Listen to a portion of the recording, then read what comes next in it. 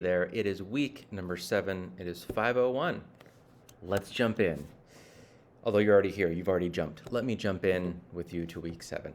So this week, looking at institute-wide change and just really like kind of bigger picture, a little bit less kind of looking in and you kind of transitioning in our last couple weeks of the course to looking out, and how you will be a leader in the space of ed tech nationally, right?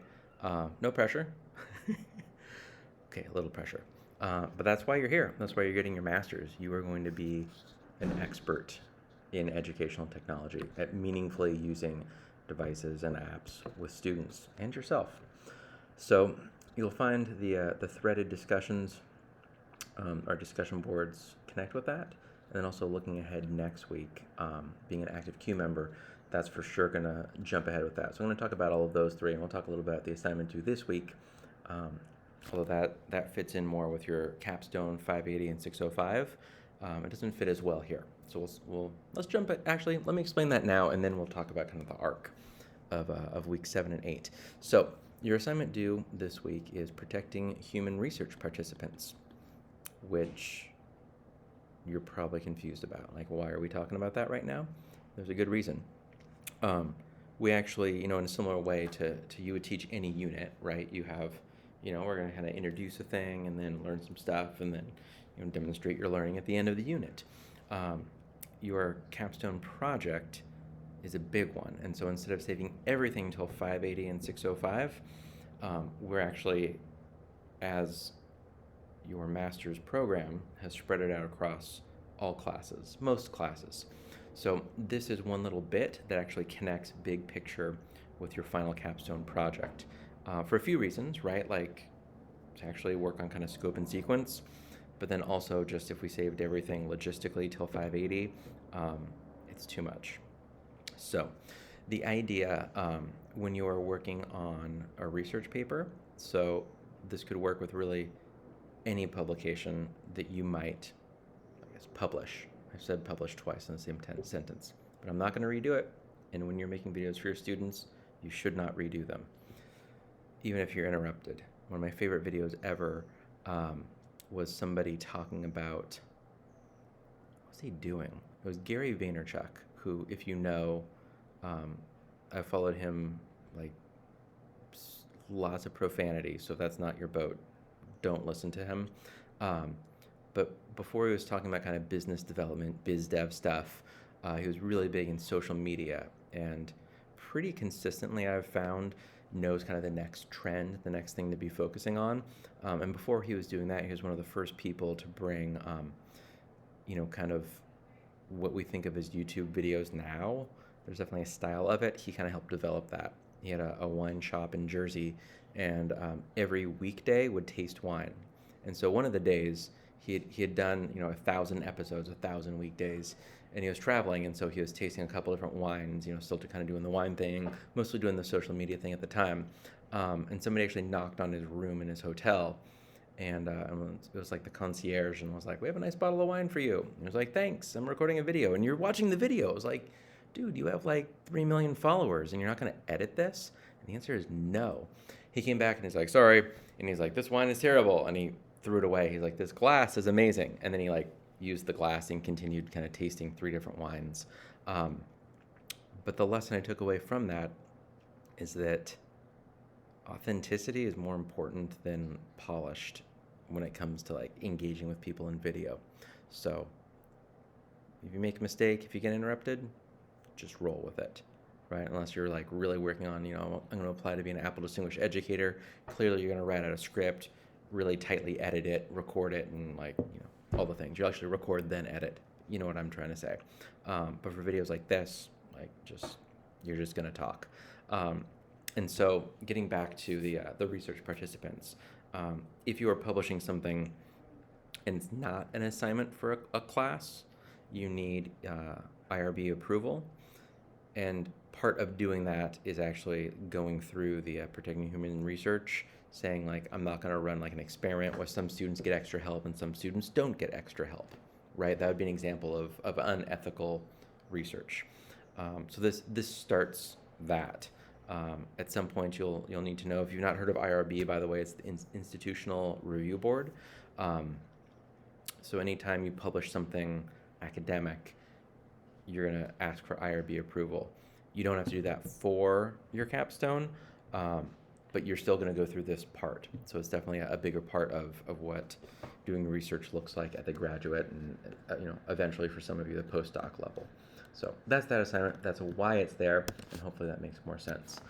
You have 2 discussion board prompts, and this definitely is less kind of learning inward and more kind of sharing outward. You're starting to pivot it.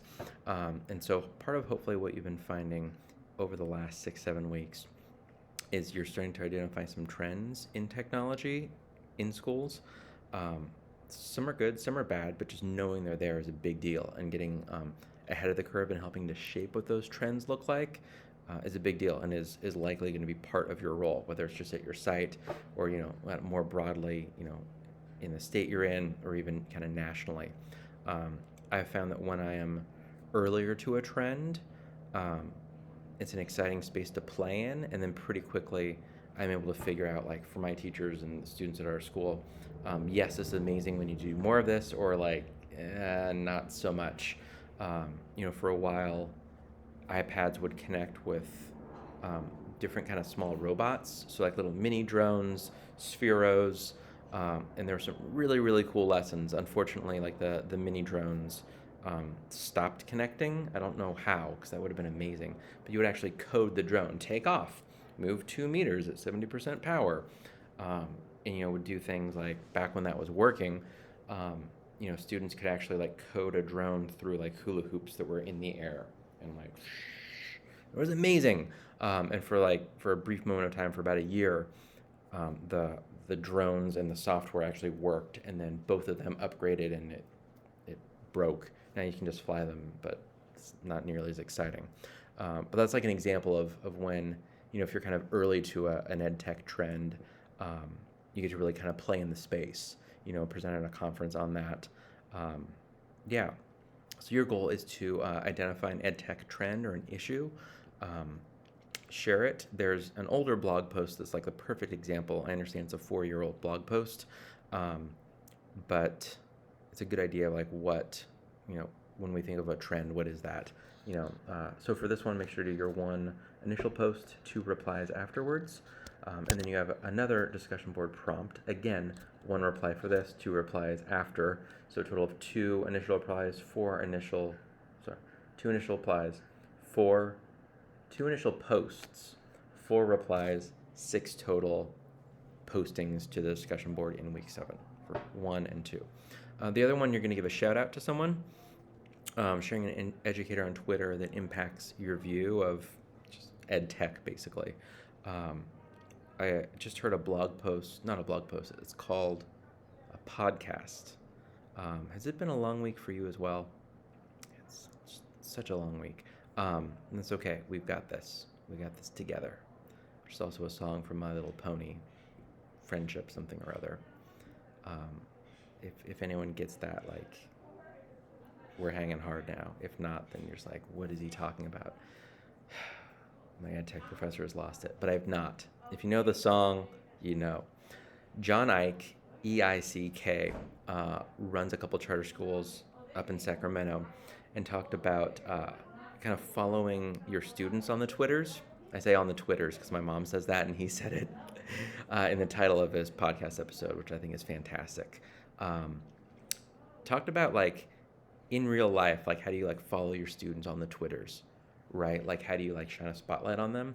And when you give a student a shout out, when you the way he described it was giving them a like or a retweet, commenting on their new shoes or their haircut or a project they worked on, and then sharing with the class hey, did you see Mike's new shoes? Those are awesome, right? That's liking someone's post on social media.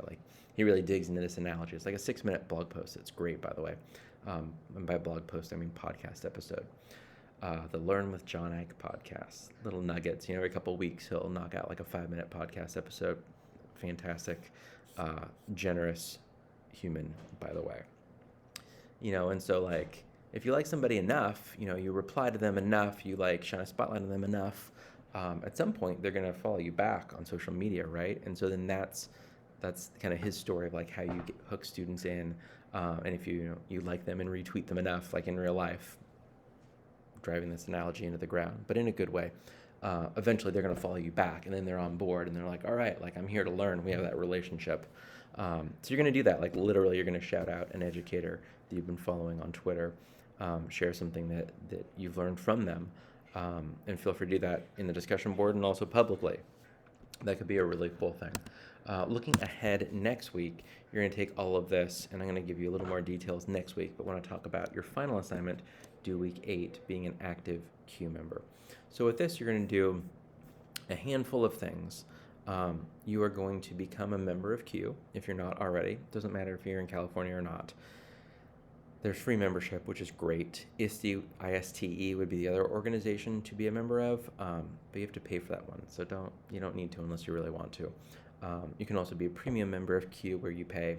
Again, we're going for the free membership. Be a member of CUE. It's important for their advocacy work to have more members. It's also a great thing to add to your CV, which you absolutely should. You are going to share a recent blog post from the On CUE blog, sharing, just kind of, I liked this basically. It's the description on the Google Doc shares, innovation in the 21st century, and you're going to give us about 300 words on that. And then finally, and what I'm most excited about, is you're going to create a presentation proposal for a CUE conference. So we took, they've changed it for Fall CUE, and it's unclear if it's going to be changed for Spring CUE. But the last time Spring CUE had a presentation proposal, I copy and pasted it into this. So the idea is you have to do it for this assignment. You have to submit it. You have to get the points if you want to pass the class, and you do.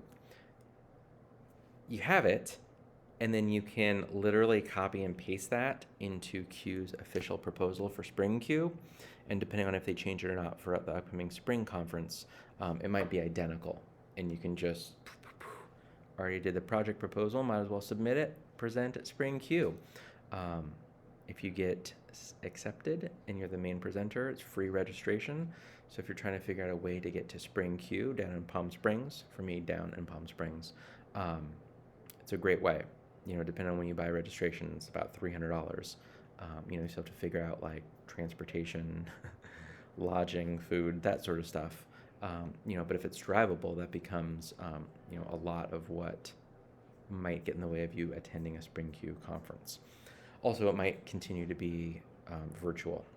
They pivoted Fall CUE from virtual and in-person to only virtual. They were hoping to do an in-person version, and they were just like, this is the bad idea. The Delta variant would make this an unsafe thing for educators and for the schools they work at. So we have yet to see what Spring CUE is. I know they are motivated to have Spring CUE happen in person. It's been a long time since the CUE community has been in person together, so I know a lot of people are hoping to be in person. At that point, students or kids ages 5 to 12 should be available to have the vaccine. Knock on all the things for that. So that the ability to meet as a large group would be good. It's also a big source of revenue that I know, don't share this publicly too much. I know that CUE counts on that for the revenue stream to balance their budget, and that's a big deal, and they didn't have that a year ago.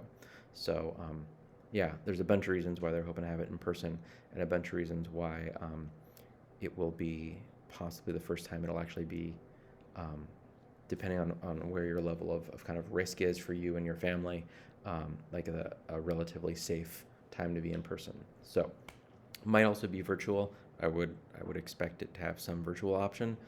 That's all to say, like, wherever you might be with your comfort being around other people, you might be able to actually present remotely or present in person, maybe both, actually. And if you are presenting, free registration. It's a really big deal. That's the only way I've ever been able to attend conferences when I was in the classroom, because my district just did not have a budget for it and would not support PD like that. So, That's the idea. And that's going to be you pivoting to being more of a leader in the ed tech space. If you're presenting at conferences and if you have to do it for this class, might as well submit it.